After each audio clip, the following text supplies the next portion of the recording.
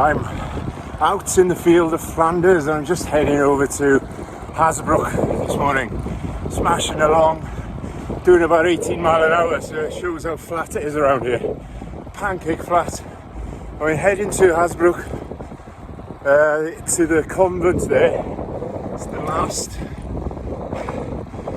battleground for Al Murray's grandfather. We're talking 1940 now. Germans are attacking through Belgium into northern France. This is the perimeter around Dunkirk. They held Hazebrouck as long as they could, to the last man, to the last round. And indeed, in the convent is where he fell. Just going to pay my regards. It's an indication here now of just how flat it is. It's absolutely pancake flat for miles and miles and miles. Completely flat. We're just on the outskirts of Hazebrouck. And you really can see for miles. The church spires you can see from miles away. So that 15th century church would have been visible to the German army as they approached from the south. Equally, there's the adage I heard recently on the pod: good tank country is also good anti-tank country. So good rolling flat ground like this is, equally you can be seen from miles away by the defenders. So they had a tough time taking on Hazebrouck. The obligatory route barrier by now. I'm hoping there's a little path for pedestrians I can sneak down there. Route barrier d'evacuation, as usual. This is the church here now in Hazebrouck.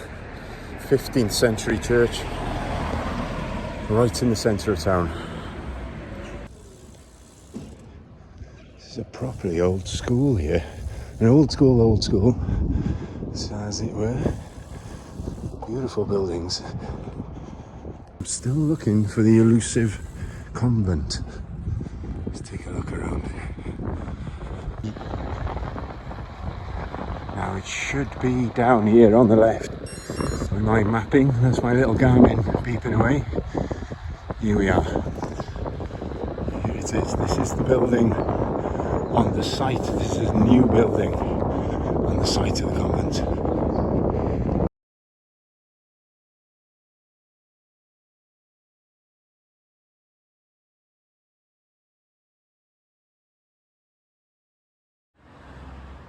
So many old buildings around here. It's early on a Sunday morning. I've made it over to Hazebrouck. So this behind me, these are the walls of what used to be the orphanage and the convent. The nuns looking after the orphans. There's a big high wall. The history of this battlefield and the short battle that was here as they defended Hazebrouck in order to defend the lines of guys retreating to Dunkirk. It's all recounted in We Have Ways of Making You Talk podcast, hosted by Al Murray and James Holland and Colonel Murray. Al's father is on episode 143, recounting this whole battle and the history of his father-in-law. The walls, the convent and the orphanage had high walls, so it was ideal for a defensive position. The orphanage caught fire eventually as the Germans relentlessly attacked and pounded the area. There was injured, wounded guys in the basement.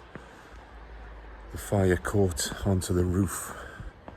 The whole building collapsed in itself. There was a number of guys that were able to escape back to the lines, back to Cassel, which is the next fortified town, village.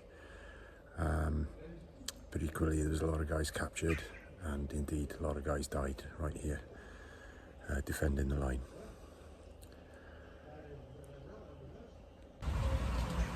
Just heading back now, and I'm right on the Lys Canal.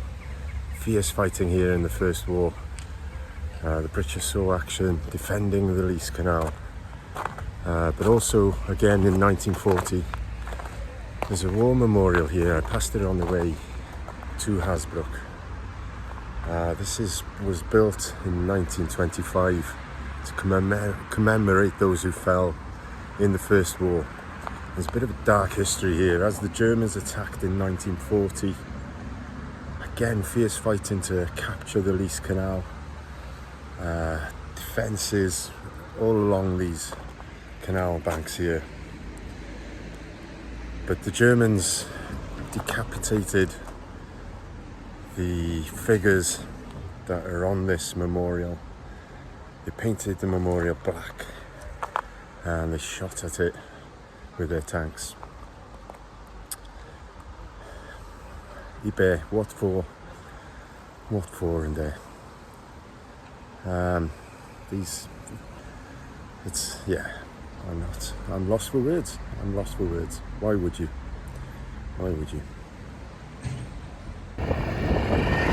Here we are, just finishing off now, heading back to the gîte, and you can see the terrain again is pancake flat, absolutely miles.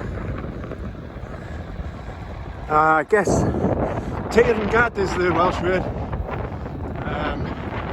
It's not homage, it's pay my respects, I guess, to Al-Murray's grandfather, and to those who fell defending Dunkirk, holding the line so the rest of the army could get away back to Blighty.